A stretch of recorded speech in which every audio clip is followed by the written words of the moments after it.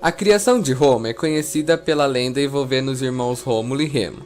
Segundo a história descrita na obra Eneida, do poeta Virgílio, o povo romano é descendente do herói troiano Enéas. Sua fuga para a Península Itálica se deu em função da destruição da cidade de Troia, invadida pelos gregos em 1400 a.C. Após sua chegada, criou uma nova cidade chamada Lavínio.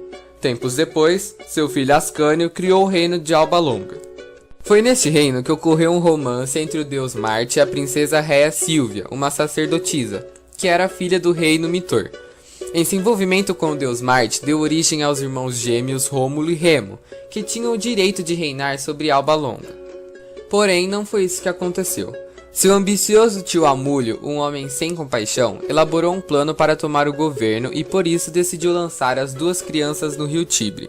Foi então que Rômulo e Remo foram encontrados por uma loba que, graças aos seus cuidados, os amamentou e os entregou à proteção de uma família camponesa, o pastor Faustulo e a mulher Laurentia, e tornaram-se adultos fortes e corajosos. Quando chegaram à idade adulta, os irmãos retornaram para Alba Longa e tomaram o governo Amulho, e ainda unidos decidiram criar a cidade de Roma. Rômulo, que tinha o favor dos deuses, traçou o local onde seriam feitas as primeiras obras da cidade. Seu irmão Remo, inconformado com a decisão, o questionou e não respeitou os limites de terra determinados pelo seu irmão Rômulo. Esse, cheio de rancor, matou seu único irmão, tornando-se o único governante, e a cidade foi chamada de Roma.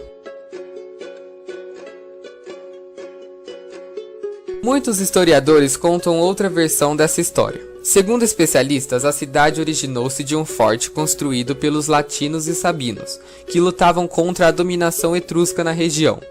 Da fixação desses povos na região e a posterior chegada dos etruscos no local, provavelmente formou-se o primeiro núcleo populacional que deu origem a Roma.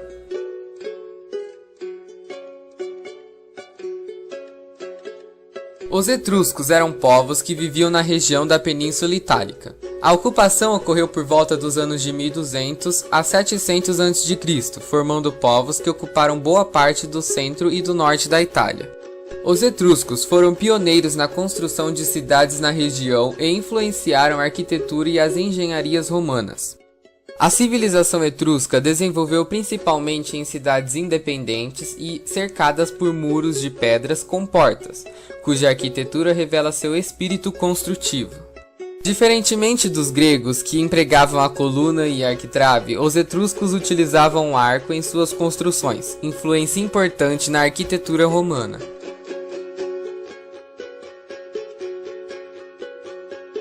A arte romana surgiu em 753 a.C. Nesse período sofreu duas fortes influências: a da arte etrusca popular, que é voltada para a expressão da realidade vivida, e a da grega helenística, orientada para a expressão de um ideal de beleza. Um dos legados culturais mais importantes que os etruscos deixaram aos romanos foi o uso do arco e da abóbada nas construções.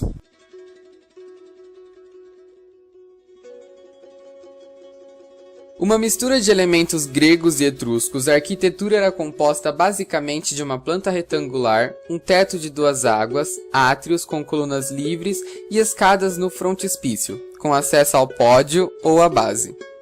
Edifícios como, por exemplo, os anfiteatros eram decorados com colunas que obedeciam às tradicionais ordens gregas, dórica, jônica e coríntia. Os templos não tinham arquitetura com toda a simetria como havia na grega, então na arte romana, em seus templos havia uma escadaria lateral que se diferenciavam da entrada. Para se diferenciar dos gregos, os romanos criaram templos que valorizavam os espaços interiores. Um bom exemplo é o Panteão, que foi construído em Roma no reinado do imperador Adriano. Os pintores romanos realizavam suas pinturas ao mesmo tempo junto ao realismo e à imaginação, dando assim origem a obras que ocupavam grandes espaços. A maioria dessas pinturas se originou na cidade de Pompeia e Herculano e foram soterrados pela erupção de um vulcão. Na escultura, os romanos eram diferentes dos gregos, buscavam a cópia final das pessoas, tentando retratar os seus traços particulares. Eles eram realistas e práticos. Suas esculturas são uma representação fiel das pessoas e não a de um ideal de beleza humana, como fizeram os gregos. Por conta disso, as estátuas romanas se destacaram em seus retratos.